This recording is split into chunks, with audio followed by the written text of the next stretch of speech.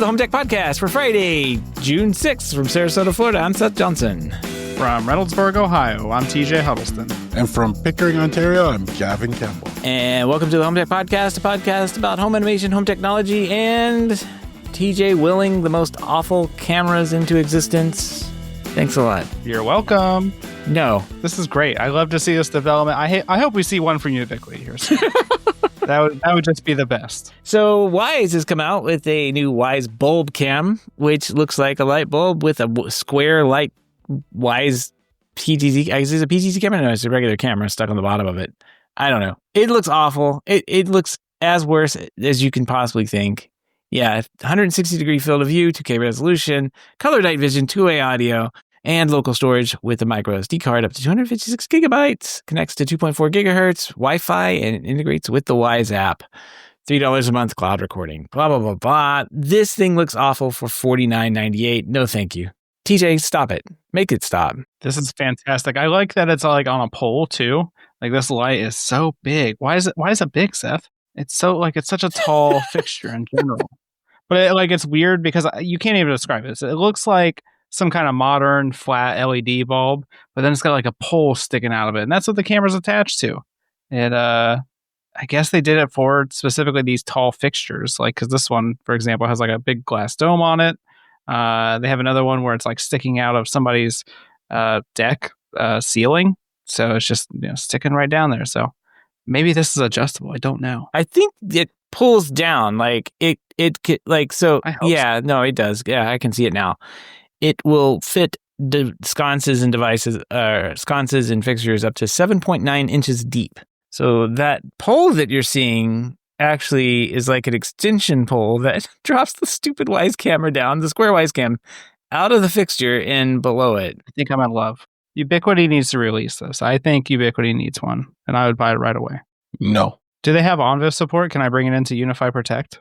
No. What they do have are accessory bulbs that you can get, and they will connect through Bluetooth over the Wyze. And so, not only can you turn on the light on your camera thing, you can turn on the accessory bulbs as well. Only rated at IP20, so... Let's not encourage this. Please, let's not encourage this. I'm looking at Micro Center's website right now because I want to buy this, and I want to be able to return it because I don't think I'm going to be able to keep it. Disgusting. They don't have it. They don't have it on their website right now, but they sell a lot of Wyze stuff. So I'm almost guaranteeing that they're going to have it eventually, and I will buy it. Wow. A super bright 800 lumen LED bulb, 2K camera, $50. This isn't PTZ though, is it? No. You just pull the thing down and rotate it where you want it to look. Oh man, this needs to be PTZ. Maybe they'll release a more expensive option. They'll have $100 Wyze bulb cam that has PTZ. I can't wait to see how ugly that one looks. Yeah, because the ones we were looking at were PTZ, right? They weren't manual like this garbage. I think so, yeah. Yeah, I'm pretty sure they were. Yeah, this is cheap, Wyze. What are you doing? How much in tariffs did you pay for this? There's a install video on the website. This guy installing it. He's just like turning it around and round and round and round, and then finally pulls the thing down, the little camera part down. Well, there you go. If you have one of these, or if you like this type of camera, let TJ know. He's all about these. I don't think this would exist had he not been calling them out and saying how great they were. They've existed for so long. I'm honestly surprised that Wyze did not release one as like their first camera. I mean, this would have been a great first edition product for Wyze. They need more AI. That's how you mark it up, right? Got to get that $5 or $10 a month subscription. I will give them credit here for at least accessorizing this with these bulbs, because this is a smart idea. You could connect up to 5 of these Bluetooth Wyze bulb accessories, right? I guess you can link them together. So if the camera needs to turn the light on or whatever, or motion is detected or whatever, you can turn all these lights on at the same time. So that's not a bad idea. That's actually pretty smart. It's a little add-on sale for what, $17 or something for the bulb. So I'll give them credit for that. It's still an ugly design, and I don't think these should exist, but great job, Wyze. Ubiquity, do not do this. Don't listen to TJ. Wait, come on, Ubiquity. Look, if you can release a $300 AI horn that does nothing, you can replace a light bulb cam fan as well. We're going to talk about the AI horn. All right. Well, I got a couple of new products this week besides the Wyze camera, smart bulb thing. But yeah, what do you guys say we jump in? Let's do it. Let's do it. All right. Blink has unveiled a second generation video doorbell. I just can't believe this company still exists, but they've got some nice little upgrades, I guess. It's priced at $59 without a hub and $69 with a hub. New doorbell offers head-to-toe view with 150-degree field of view and a 1-to-1 aspect ratio. Video resolution has been upgraded to 1440p by 1440p, so you got this big square image there.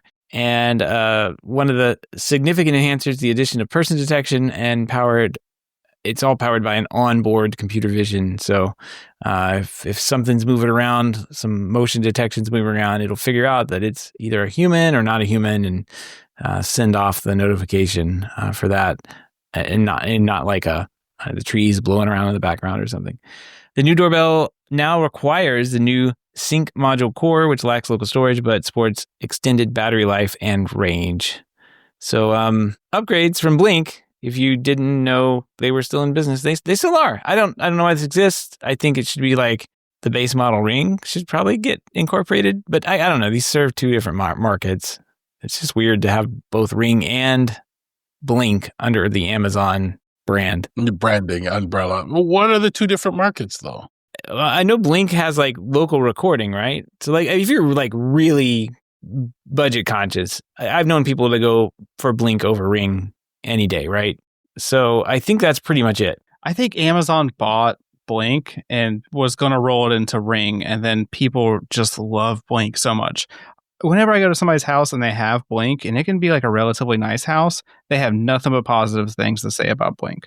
I don't think minus like the normal negative stuff about Blink, like it's mainly everything runs off battery, and so it takes a little bit longer to like load up the feed sometimes. Or you only get those certain like motion notifications and stuff like that. Outside of that, people love them because how inexpensive they are, and they don't really require a subscription. The last I knew, because they do have that little Sync Blink module thing that they have. Yeah, if you get the hub, I guess it's the Sync module core, it will enable on-demand live view with two-way audio. So you kind of have to have that to make this work, like a Ring doorbell. Yeah, I think that's how their other Blink doorbell works as well, because you always had like a little module for their other cameras. Yeah. And I think there was like a little micro SD card in there.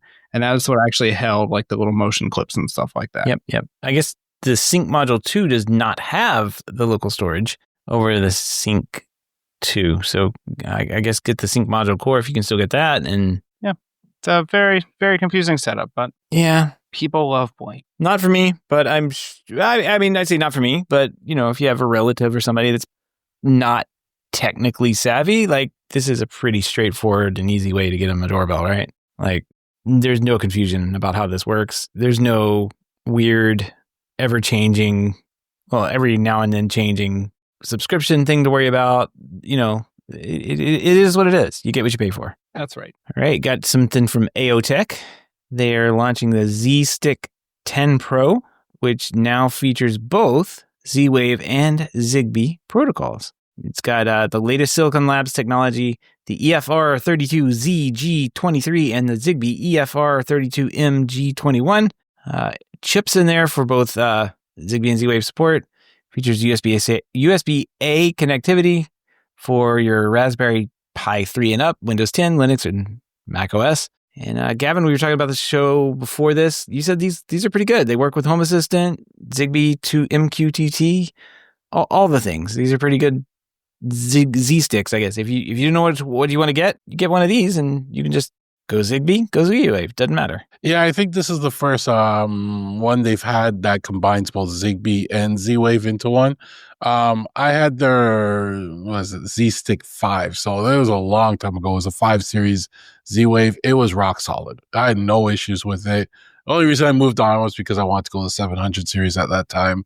But I've always been impressed with Aoetec and the stuff they have. They have some quality stuff.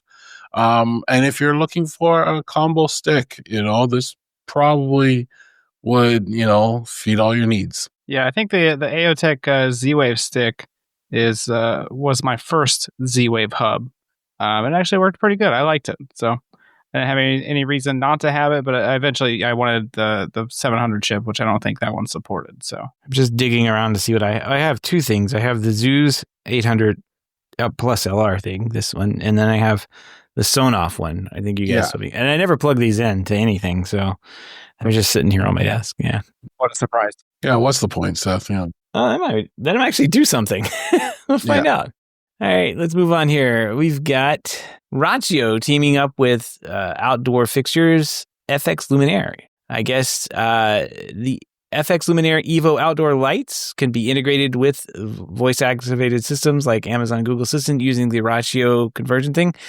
This is kind of nice because, like, if you go and get the Rachio, it's their outdoor lighting zoned power supply. We talked about this a couple of times. Like, you might not know what to get with it. You might not have enough lights outside, and now you've got a nice little brand to go along with it. You don't have to go piece and part all these things out. They've got a couple of 4-packs for pathways, spotlights, and wall wash that you can just kind of like add up and add everything to the cart at once. Kind of like a one-stop shop. Not bad. I just added $700 to my cart. That's it? That's all? What is that? Well, it says it's a 4-pack. How many packs do I need, TJ? A lot. You need a lot of lights, Seth. This is pretty cool. FX Luminaire is a huge company, or I guess a nice company. They make some expensive light fixtures, so it's kind of cool to see them going into the more economical route here, especially with Rachio, however you say their name, getting into the landscape lighting game just recently. So I want to get one of these controllers. I need to look up and see if it's compatible with Home Assistant. We'll talk about it here later, but I've made some landscape lighting changes, and now I can go down to one transformer.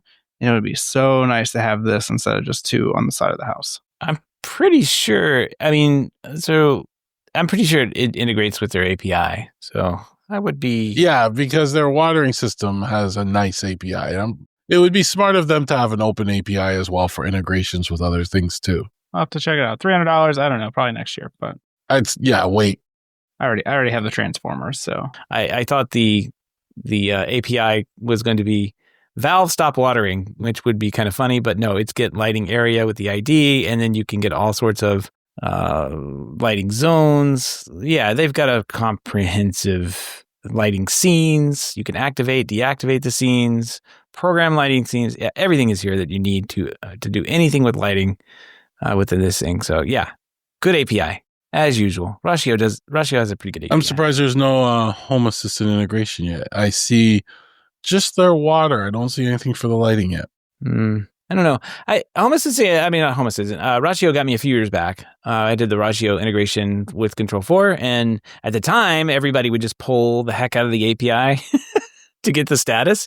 And not that you need that, like, 5-second control over, like, what exactly your irrigation system's doing. But, sometimes it's nice to have. Sometimes it's nice to know within 5 seconds if your system is watering or not. You might need to know for some reason. That would be nice. Well, they cut that off at some point, and we had to like do this like intermediate server to basically relay all the events down to all the controllers. But man, what a pain that was! All of a sudden, integration that you had just suddenly stopped working. And they're like, yeah, we're rate limiting you guys. You only get, I think it was on here. I saw it 1,700 calls or something like that per day. So without the 3,500 API calls across all API endpoints, and then they'll start rate limiting you. So it wasn't fun when that happened. Had to update a bunch of drivers, but after we got a solution put in place, which wasn't terrible, it actually works really well, because then once you have the webhooks integrated, then it was an instant thing. Like, because as soon as Rachio says, "Hey, this zone is watering," that message gets relayed down to the controller device, and it was all good. So I don't know how that works in Home Assistant. I wonder what they do. Do they have like a API webhook service that they offer? I think so. I think it calls back. I don't think they pull it anymore. You couldn't pull it. Like with a rate limit like that, you would be pulling every 10 minutes or something. Yeah. I think it's a webhook, and it works best if you're using probably Nabocasa. Oh, yeah. So they probably offer that to their... Yeah. Okay. I don't need it, but whenever they update it and they get the lighting thing, then TJ can control his lights. So there you go. And hose. They have hose timer things too. Oh, well, I'm already too deep with something else, so I've got Zigbee ones. Amazon's UK site prematurely listed the Philips Hue Play Smart Wall Washer. That's a mouthful. It's an advanced successor to the Philips Hue Play Light Bar. This new device will enhance ambient lighting by casting a wider glow with improved color output, basically using pixel LEDs. This wall washer is priced at approximately $270 and is significantly more expensive than the little light bar, which is currently available for $69. Nice. This is interesting. Yeah, thanks, TJ. This is interesting. If you're into this like experience and how this works, this is actually a pretty cool setup because it can take the colors that are on your TV and kind of like bias light on, broaden them out across the rest of the room. And I don't know, these aren't bad. I don't know if I'd pay $250 for each one of them though. Do they come in a pack? Yeah, Philips Hue lights are so expensive. And it's like they're good quality, but when you like, I priced out doing a TV lighting setup, and it was like by the time you added the box and the lights and stuff like that, we were at like $600. And I was like, the TV is only $2,000. I'm not going to spend $600 on the lights. Like, And this is just for ambient lighting around your TV, right? right. Does it tie into the TV, the signal at all? Philips Hue one does because it has the sync box, but it's like $350 or $400. Oh. It can integrate with like you can use the same sync box thing for your ceiling lights if you wanted. You know, if you had a bunch of ceiling lights, you wanted to integrate those in. It works across the platform. So like, but like if you just needed a wall wash too, this would work. But man, $250 is a heck of a lot of money for this tiny little thing. Yeah, that's pretty wild. I feel like you can build something cheaper. You definitely can. I and mean, you can find something on always true, but AliExpress for cheaper with tariffs. Like, yeah. So, man, this is a very expensive product. I'm curious as to what what else it does besides this. It's very, very wild. I guess if you're in that lifestyle, if you're in the Philips Hue lifestyle, you're used to paying good money for their product. So yeah, it's just over 6 inches tall, 3.5 inches wide, and you can put it on near a TV, near a wall, whatever. It's a wall washer. It's gonna make your wall look pink, purple, whatever. It's gonna do its thing. All right. All the links and topics we discussed tonight can be found over on our show notes at HomeTech.fm/531. No mailbag, no pick of the weeks, but we do have project updates. Looks like TJ's been doing something. TJ, what have you been doing? I've been doing a couple things. So I got some new soil moisture sensors. I had to order some EcoWit ones. Yeah, you perk up, Gavin. I ordered some more EcoWit ones because I already have those ones. I know how they work. They work pretty well. We're using them in the raised garden beds or in the garden bed in general, and so I don't have to worry about running them over with a lawnmower like Gavin does. Gavin's always searching for super thin or super short ones, and I am not. I don't care really how bulky they are. So I ordered the EcoWit ones, but I also noticed a couple months ago that Third Reality makes an outdoor water leak sensor, but it's Zigbee based, which is most like everything else that Third Reality does. And I was interested in that because the EcoWit technically has a limit of 16 soil moisture sensors using my current hub. I use, I think it's like a GW2000B hub or something like that. It's a little hockey puck hub, but it only supports 16 soil moisture sensors, which I'm not there yet. I think I have like maybe 8 altogether. But I'm kind of planning for the future, right? Because at some point I might have 16 altogether. And then what am I going to do after that? Am I going to get another hub or something? Probably not. And so I decided to get the Third Reality ones. I just got them installed a couple days ago. They're similar shaped. They stick up probably about as much as the EcoWit ones, maybe a little bit more. The EcoWit ones, they kind of make like the only way I could think of describe it is like a T on like a plumbing pipe where like the clean out is. It's a similar shape to that. The Third Reality one just sticks straight up. And so it's a little taller than the EcoWit one. But it's not terrible. It looks similar. It's got green plastic on it as well. It takes I think it's a AA battery. It's a pretty standard battery, AA or AAA. I can't remember right now. But that's kind of nice too because that's what EcoWit does. EcoWit's just a single AA battery. So I haven't had a chance to actually compare it to the EcoWit. I have them installed next to each other, and I'm going to see how they compare for their readings. I don't know if this is a Zigbee thing. I assume it's a Zigbee thing where they don't technically have a soil moisture reading, and so it uses humidity as the reading under Home Assistant. And so it doesn't tell you soil moisture, it tells you the humidity. And it took me a second to realize that, because I was like, why are you telling me the humidity? I don't need to know the humidity of the air. But it tells me the temperature too, which is nice, because then I can actually judge how hot it is in the garden bed. And so, I have the temperature, and now I have soil moisture, and I might be able to do a little bit more with that. And, depending on how hot it is in the garden bed, maybe don't water that certain one or something like that. So that's kind of a cool feature, right? Really cool. Have you seen these ones, Gavin? Yes, I have. And you know what? This is the weirdest thing as you were talking. I've been keeping an eye out for the Ecoit WH51L, which is the one that has the cable on it. Oh, yeah. So you can mount it on the side, and you can just bury a little cable it comes with, and you can put the soil moisture sensor. So it's now lawnmower friendly, right? And for the longest time, I would just go to Amazon.ca and type it in, and it would not be there. I just went to Google and typed it in, and it brought me to an Amazon link in our Amazon store. So searching the Amazon store, I couldn't find it. But if I Googled it, weirdest thing. So now I see it in the Canadian Amazon store. I might grab a couple of these, but these, you can actually mount them to to your fence post or something like that. Put the cable underneath in the, closer in your lawn, and then you don't have to worry about hitting them with the lawnmower and stuff.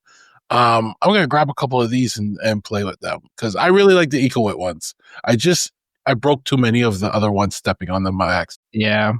Yeah, that makes sense. That's what I like about mine. At least I'm not using them for the walkway area. So they work fine for me. But I am interested to see how they compare over time. So I'll make a little graph that kind of compares them. And I try to put them as close as possible to a similar area.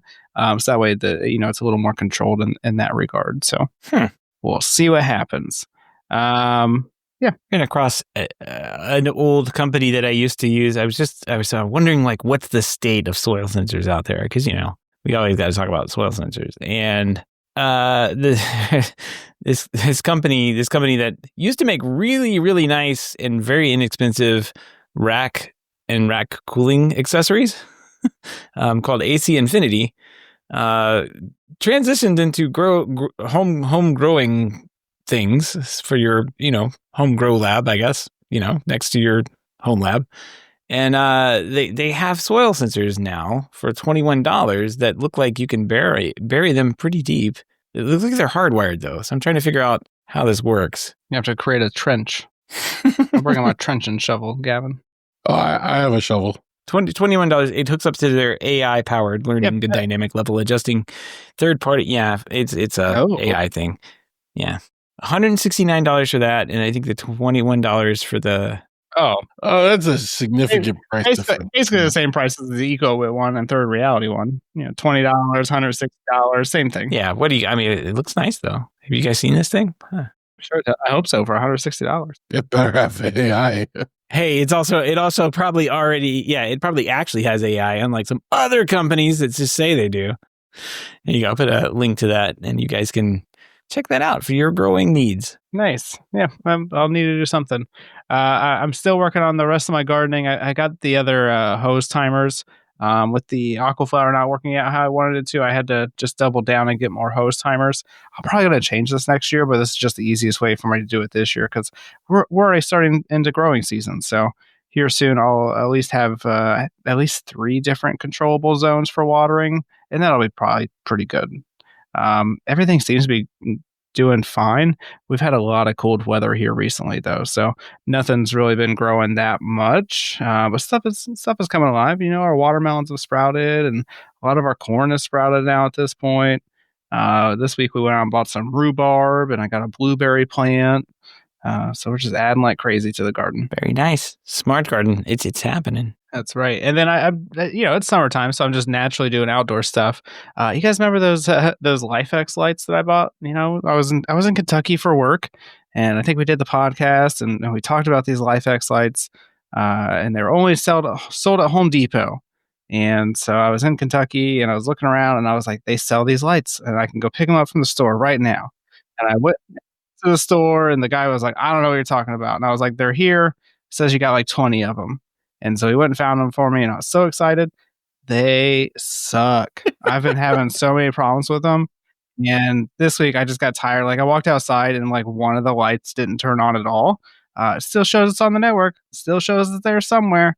But it just won't respond to my commands anymore. And so I got tired of it, and I was like, I should not have to play with my lights all the time. And I replaced them with regular old lights.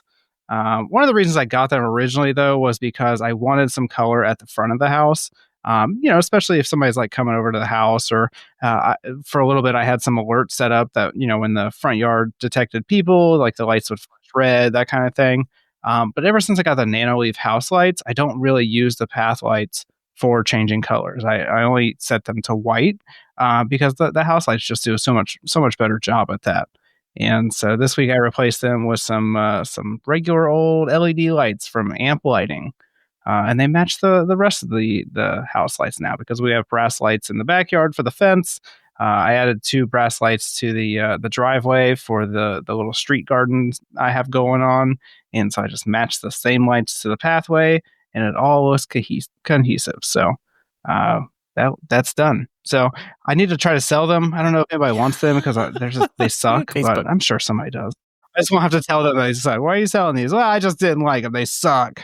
But yeah, they're awful. If you're listening, don't buy the LifeX outdoor lights. I have one that's just broken, like the stake is broken, because the little threaded piece that goes into the light is so small that like you put a little bit of pressure on it, just snaps it right off. So it's a terrible design. Don't do it. I'm telling you. I install landscape lighting, and don't do it. You sound like you're disgruntled. I am a little disgruntled, and it's crazy how much power they use. They're like 33 watts per light. Aren't they LED? They are, but they have to have the smarts built into them. And so they're a ton of power. The new lights that I have, they're like 3 watts. So the problem is I have 2 transformers, because I had to have one installed for LifeX, like a 200 watt by itself. And it just had to stay on all the time. And then I had the other one that controlled like the fence lights, and that turned on and off at, sunrise and sunset. Now I have 2 transformers. I really only need one. So I'll probably uninstall one and just put the other one in the shop for now and use it as a backup or something. I think that most people think they want to have, I don't know, having like the yard with like all the lights and color things on it, like it looks interesting at first, and then like, I don't know, it's just much easier just to do the regular lights, like the single color, and call it a day. And it's always going to look nice. Yeah. It's fun at like the holidays, right? Like when it's like Christmas or Halloween, it's nice to have the color changing lights, but like I'm not going to change the colors all the time, Yeah, I just put the dumb lights in my gardens and control the transformer. Yeah, it's good enough. You heard it here. Don't get smart garden lights. Reminds me, I never took my Christmas lights down off the roof. They're still up there. At this point, you might as well just leave it on. No one said anything, so I guess no one's noticed. Yeah. You guys have been busy. Speaking of busy, Gavin, what have you been doing? It's been a busy week. It's been a really busy. So, based on your recommendation, I finally installed my Emporia Views. Views? And I did say views because, views. So I had to buy mold. Yeah, I installed the first one. My electrician buddy came over, showed me the way. We installed it, and I started looking at the data, and it was awesome. I got to see the usage of electricity and, like real time, what was drawing. Like I saw how much my pool pump was drawing. I was able to calculate, how much money that's costing me. And I regretted calculating that, but that's okay. How much was your rack drawing, Gavin? Was it drawing more than the pool pump? My pool pump actually pulled more than the rack. That's really amazing considering it's only pool season. And then what's going to happen? Does your rack turn off for the wintertime too? No. So anyways, let's stop talking about that, right? I didn't even calculate that number. I just know it was second in the list until the AC kicked in and then became third. There you go. Okay. All right. So yeah, but I only had part of the house because I have a lot of circuits there, right? So at that point I was like, I can't just have a view of half the electrical panel. So I bought another Emporia View. So now I have 2 of them. They work really good. Now, integration with Home Assistant, I think it's through the hacks component. You got to integrate it. But because like there's multiple ways you can hook it up. And TJ, I know you did this, but you can natively, it integrates with Home Assistant, but the updating in Home Assistant's once a minute, I believe, right? So you don't get the real-time report, probably because they poll the servers to get the information. And that's fine for most things. Like if you wanted to watch your washer and dryer, having that up to a minute delay, it's perfectly fine to say, hey, washer's done. It doesn't have to be real time. So certain automations you can do. But if you really want to get the real time data over into it, you'd have to install ESP Home. And that just looks like too much work to me. Like when I think there's some soldering and stuff, I can't even remember. I was just like, nah, forget that. I'm just going to put it native in. Solder some pins on it and flash it. Yeah. I did it. If I could do it, pretty much anybody can do it. It just wasn't worth it to me. Yeah, and same here. But I now have a full view. I want to create a nice little dashboard to display it all. But I can see where everything in my house and what the power usage is, all the ghost power. It's really a lot of information that I really wanted to get out of this. And mission accomplished. It's not cheap, but you know what? It works well. And I have nothing really bad to say about it. Well, the only one thing is when you have multiple in a panel, they don't really have like the grouping nice. You kind of do what do they call it? It's not grouping. They're working on a feature where they call grouping, where they'll merge the two of them and then display it as a full list. But right now it's called nesting. So the second one it looks weird on the display, but it still gives you the same information, And the second one was easy to install because you didn't have to put the main clamps on. Right? It uses the data from the main clamps of the first one. So you just had to put all the extra circuit lines on, and fitting it in the panel is the fun part. I'm actually going to go down and take them out of the panel and put the boxes on the outside of the panel. And just run the wires through some grommets in the bottom of the panel just to keep things cleaner. But it was fun. It's a great thing to do. Yeah, and for like what you get out of it, I don't think it's an expensive device, right? I don't know what it is in Canada, but here it's only like $200 for the main clamps and 16 clamps as well for the additional breakers. So I guess it really depends on how many breakers you have. Yeah, but like I don't know, it works. It works, and it gives you a lot of information, a lot of great information. If you're into energy monitoring, I like it. I highly recommend it. If this is your thing, go for it. And let me know how it goes. The other thing I did this week, or that was announced this week, in early adopters, Unify finally released for their AI ports, multiple on-VIF cameras per port. I was waiting for this. A lot of people are waiting for this. It's in early adopters. If your system is working well right now, don't upgrade. That's all I have to say. Wait general Unify. Yeah, wait for them to fix all the bugs, because it seems like they fix bugs in other versions and they forget to fix it in the newer one, and then the newer one comes out and they're like, oh yeah, we forgot to transfer that fix over, and they go through it all again. So I'm dealing with some bugs, but I mean, the feature's coming. You can get I think you can pair two 2K on-VIF cameras or 3 HD cameras to a port now. You can't mix the Unify and the on-VIF cameras on a port if you could do that. But it's been working pretty good. There's some bugs they're ironing out. So I know a lot of people have been waiting on that. Yeah, I actually forgot to talk about that, so I'm glad you brought it up. I did the update on my AI port, and it bricked itself. It's a bug, yeah. See, there's a bug. Yeah, it updated forever. Like, it was updating for like at least 20 minutes, and then it just like went offline. And I was like, all right, well, I'll just wait a little bit, and a little bit ended up being like a couple hours, and it still was not online. And the light's just slowly blinking. And so I've submitted a ticket to Ubiquity to see if they can fix it, and they keep asking me for logs. I'm just like, can you just send me a new one? And it doesn't reset. I mean, that's the crazy thing. I've held the reset button and try to do the little, I forget what they, basically a factory restore or something like that. I forget what they actually call it though under their support thing.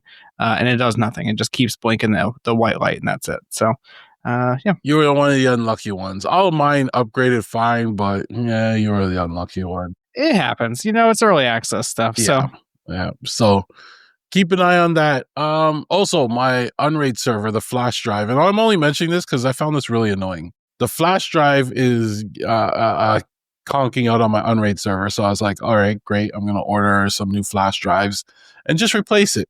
So I ordered some new flash drives, and I did not know. So their thing is they tie the license to the UUID of a flash drive, but they say that so many of the flash drives coming out now don't even have that UUID on it now, or there's false or fake flash drives that all share the UUID. So I'm like, how hard is it going to be to find a flash drive now that works with Unraid? Because everything they recommend is no longer available. Many years ago. So I ordered like 2 different brands and they both came with the same problem.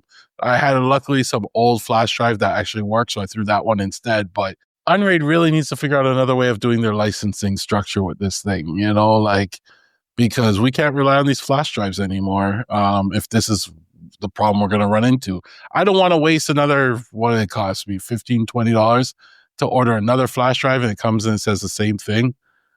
I shouldn't have to do that. It's already cost me $30. So something to keep in mind if you're an Unraid person, and you find a flash drive with a UID, just keep it as a backup one. If you find it on the ground outside, yeah, totally do that. In case your flash drive, yeah, totally format it first, but keep it as a backup one because you never know when you'll need it for your Unraid server. And then finally this week, I was sent these products from SM Light. And what they are, I know we talked about this on the show and I said I was going to start doing some research on this. And they're power over Ethernet, like Zigbee controllers, right? And this one is the SLZB MR1. It's a multi-radio, so it actually does Zigbee and it does Thread. And it's PoE, and these things are amazing. Like, basically, I could put this controller anywhere in my house, centralize it in my house, and I don't have to run a long USB cable. I can get it out of the basement if I want, and it basically uses PoE to power and report back, all the data back to Home Assistant, and I run Home Assistant VM on my server. I don't have to pass through USB devices. It all works great. I've transferred all my Zigbee over to it. I've had no issues at all.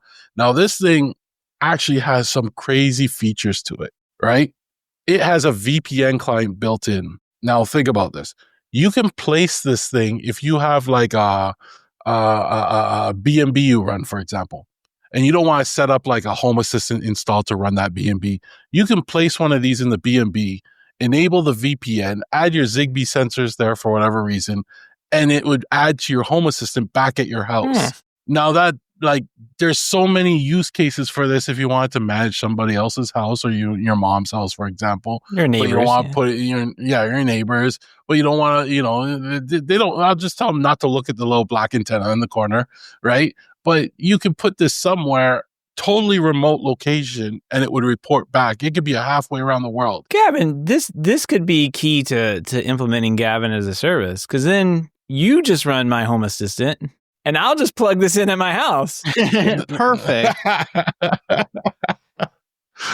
A managed Home Assistant service I'll offer, Yeah. right there. Yeah, you just plug this in, add the device. No, like TJ gave the perfect example where it was in your office. You wanted, you could put one of these in your office, but you don't have to roll out a whole Home Assistant for your office now. You can connect this and have it connect back to your Home Assistant at home, and you have the single dashboard managing everything. Like, that is an awesome feature, I find. Like, I don't have a use for it yet, but I think people will find a use for this. And then again, PoE, you can place it anywhere in your home. The one thing about it, though, with the Thread side of it, they actually gave some warnings that Thread is very sensitive to network disruptions. And, if there's a hiccup in the network, it can make the devices go offline for 30 minutes or something like that. But they said in their testing, they haven't seen this, but based on the specs, etc. So keep that in mind if you want to use it for Thread. But Zigbee is awesome. Yeah, that's pretty sweet. It is basically what I want, because I am not going to run a Home Assistant setup at my office. Right now I'm using a Kara, but it's all right. But what I really want to know is if I will do this, if anybody can give me a Zigbee garage door controller. I know of all kinds of Z-Wave options, but I need to know of a Zigbee garage door controller. So if you know something, I know you can use a relay. Don't show me a relay. That's what I use right now. But I want the smarts that are built into the garage door controller that it knows that it's open or closed without doing any other automations. Gavin actually told me a useful trick that I can use to determine that. But I want a native device. So give me a reason to spend money. Send me it. You could just use a relay. Somebody's going to email us and be like, I use a relay. And I'll be like, me too. A car has a relay you could just use. But anyways, yeah. But no, I highly recommend these products. Like, I really, really like this product. I'm going to be playing around more with it, but I've switched all my Zigbee over to it. It works great. The antenna right now is actually just sitting in my office here. And I had no issues with any of the devices adding to it or dropping off, or, response time's been great. And it connects to my Home Assistant. I actually had my Home Assistant running 2 instances of Zigbee to MQTT, one with my old controller and one with this one. As I moved them over, I just remove it from one, put it in the other. And then because I named it the same, it would just add back to all my automations, and then just spend some time doing that. And once I was done, then I just disabled my USB controller, and that was a Sonoff one. Now it's unplugged. I don't use it anymore. I'm just using this full time. I don't know. Highly recommend it. Highly, highly, highly recommend it. It also has features. There's so many features that I can't even cover. It could be a Bluetooth, what do you call those? Proxy through ESP Home. But the only problem is when you enable that, it disables everything else on the antenna. So it just becomes dedicated for Bluetooth. But then you get Bluetooth over, PoE. So you can buy 2 of these and have one as Bluetooth and one as whatever, right? So my goal is to get anything I had passed through as USB moved over to PoE, right? That's my end goal. So I have a Bluetooth antenna. I had a Thread antenna. I have a Z-Wave and a Zigbee. Zigbee's now taken care of. I have a Z-Wave on the way, which we'll talk about in future shows. And then I'm researching the other 2, and I'll see where I go with that. So is that a glowing endorsement for this product? Sounds like it. Yeah. I like it. I want it now. I've had no issues with it. It just works. And it's great. The PoE, one cable. Let's PoE the world. Now, if you can find me a PoE light bulb camera, that's what I want. Nobody wants that.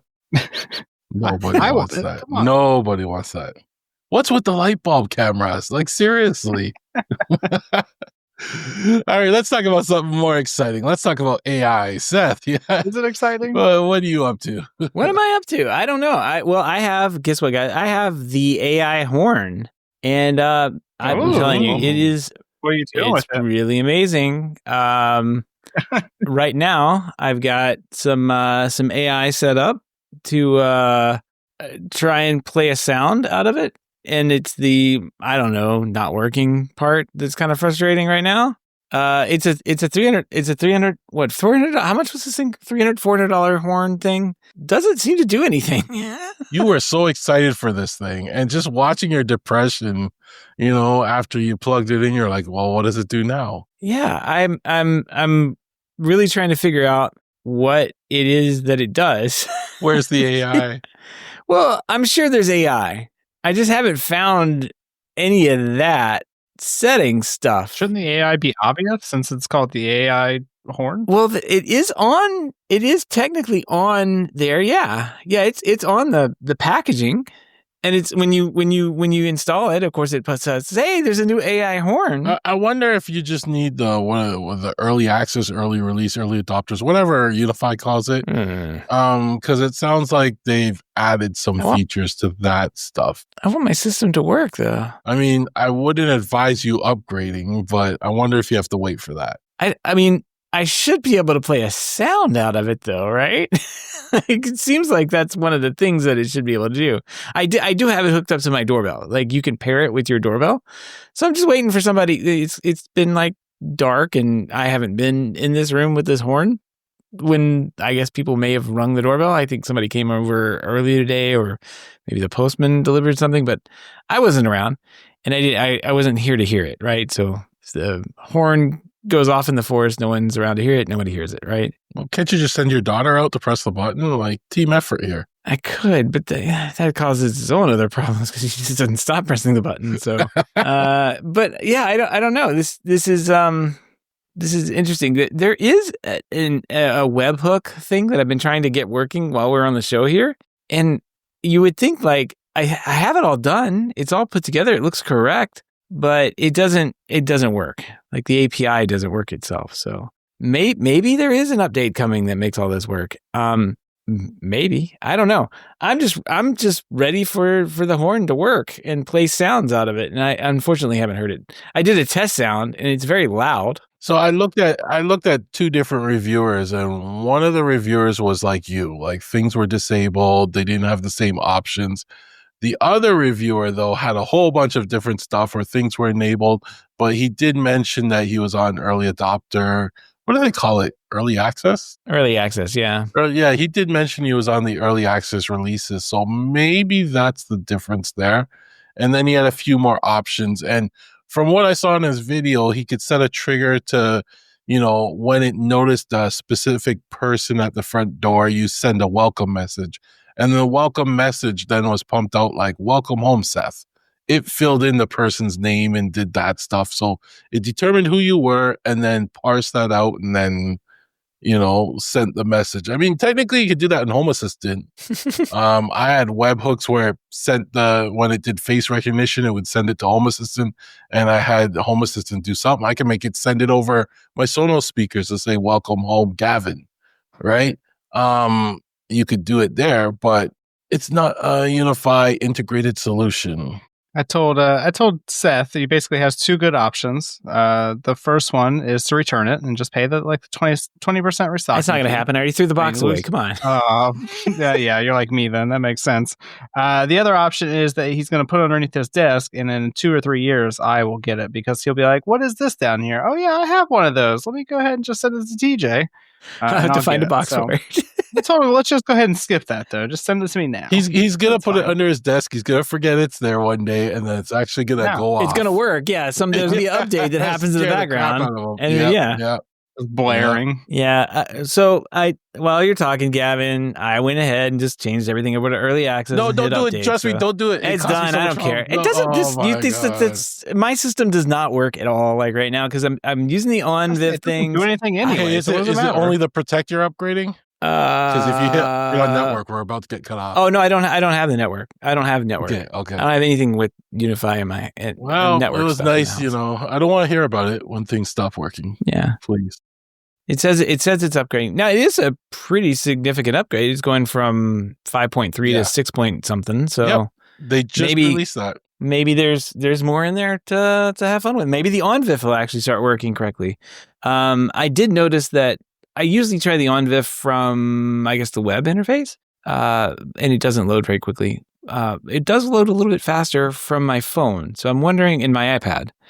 I did kind of notice that, but man, it's just really frustrating that like the 1 or 2 minutes it takes to load a camera. Like you just want to go look at a camera and see what's going on outside, and it's like, I'll show you this old grainy image for 20, 30 seconds, maybe a minute. Yeah, and I don't have that. Yeah, I don't know why they do that. It's an on-viv camera, and this is a dedicated UNVR. They want you to buy their stuff. That's why they don't want you to use other people's stuff. Yeah, it's just a camera though. Like their cameras work exactly the same way. It's just dumb. And I was looking around, and there are some settings that people recommend, and now that people have obviously had the same issues that I've been having. So I'm gonna try and go and get those and go to my cameras and change them to whatever settings they need to be and see what happens. I'm pretty sure I had them on that before. So I don't think anything's changed, but it was like use H.264, turn off any special codecs. I'm pretty sure I did all that. So or otherwise it wouldn't work. But I just want to get the better performance out of it because Unify, the Protect stuff as it stands, like with their 1080p 2K cameras, loads right up. It's just fine. I'll give it the same video, just better video picture. Like I want to see at night, not bugs flying around next to my cameras. So all right. It's updating. It should be done here.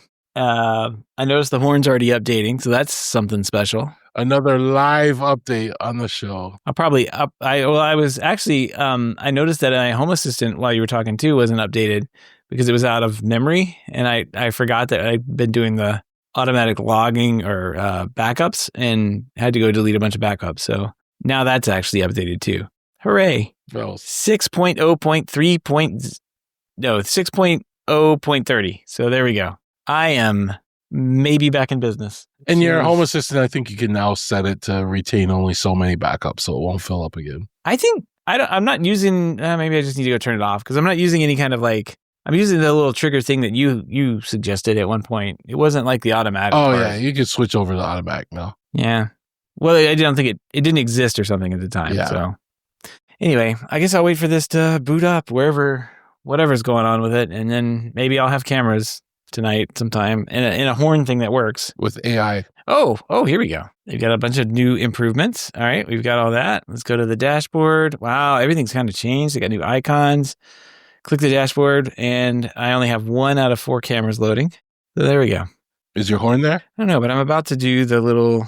No, the trigger doesn't work to kick it off. So that's disappointing. Disappointing, Unify. Don't you have to pair it with a camera first? Not for a webhook. It does have an AI thing, but I need an AI key to use the AI enhanced features. Or the AI port. You need the AI port, I think. Yeah, and that adds AI features to cameras that will allow you to do AI triggers. They should let me click it to see what I'm missing out on. Because right now I'm like, I don't need ID. I don't need AI. I don't need these sensors. I'll just stick with activity, which is got line crossing things. And I can, supposedly I can send things. What it doesn't have is the ability for me to like just trigger the sound right now to see if it even works. I kind of have to wait for something to happen. Do you have ID now? Can you select the ID? Yeah, ID is on there now. And it requires cameras supporting advanced AI detections or paired with AI. Oh, okay. You don't have that. Yeah. See, I have that, and I can say ID, and then I can pick one of the faces. Yeah. Well, yeah. And then when I go to do an action, I don't have the AI horn, but like I said, it will fill in the names automatically.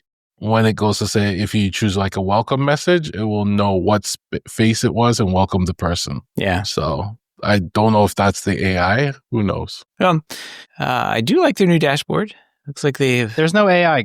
There's no AI. You keep looking for the AI. There's gotta be AI. There's gotta be AI. Kind of like crypto, right? Is there crypto in it? No, there's not. You know, we're in that phase where everything is AI because it sells units. I'll find the AI, TJ, and when I do, you take a picture of it because I don't believe you. I'll send you a picture of the AI. They haven't released no AI. There's none of it. Well, some of my cameras have come back online and some of them haven't. Oddly enough, one of the Uniview cameras has come online and 2 of the Unify Protect cameras have come on. So other than that, nothing else is it's just frustrating. Like these should like load up instantly and they don't. So I warned you not to upgrade. They have some neat little features now. Yeah, explore that in your own time. All right. Stop holding up our time. Yeah, it's a significant upgrade though. So there's a lot going on. Make sure you keep up to date with the updates though, because they release frequent updates and they're fixing a lot of bugs. And there's a lot of. Yeah, I went through this. I've gone through this before when the AI stuff first came. Well, not the AI, the OnVIF stuff first came out, and then it didn't. It was not good on the system. So. I will see. All right, cool. I think that's going to wrap up everything this week. This podcast brought to you by AI. All right, we do want to give a big thank you to everyone who supports the show, but especially those who are able to financially support the show through our Patreon page. If you don't know about the Patreon page, head on to HomeTech.fm/support to learn how you can support HomeTech for as little as $1 a month. Any pledge over $5 gets you a big shout out here on the show, but every single pledge gets you an invite to the private Slack chat, the hub, where you and other supporters can gather in there and look at the horns, look at the AI horns. I'm gonna put pictures of the AI horns in there. You guys want to see pictures of the horn? Not really. No. Nope. Show us pictures of the AI when you find it. All right, I'll get the AI in there. All right. You'll never find it, but when you find it, let us know. I thought an update would do it. Didn't seem to work. If you want to help out but can't support the show financially, we just appreciate a 5-star review on iTunes or a positive rating app at the podcast app of your choice. That's going to wrap up another week here on HomeTech. Everybody have a great weekend, and we will see you next week. Till next time. Take care.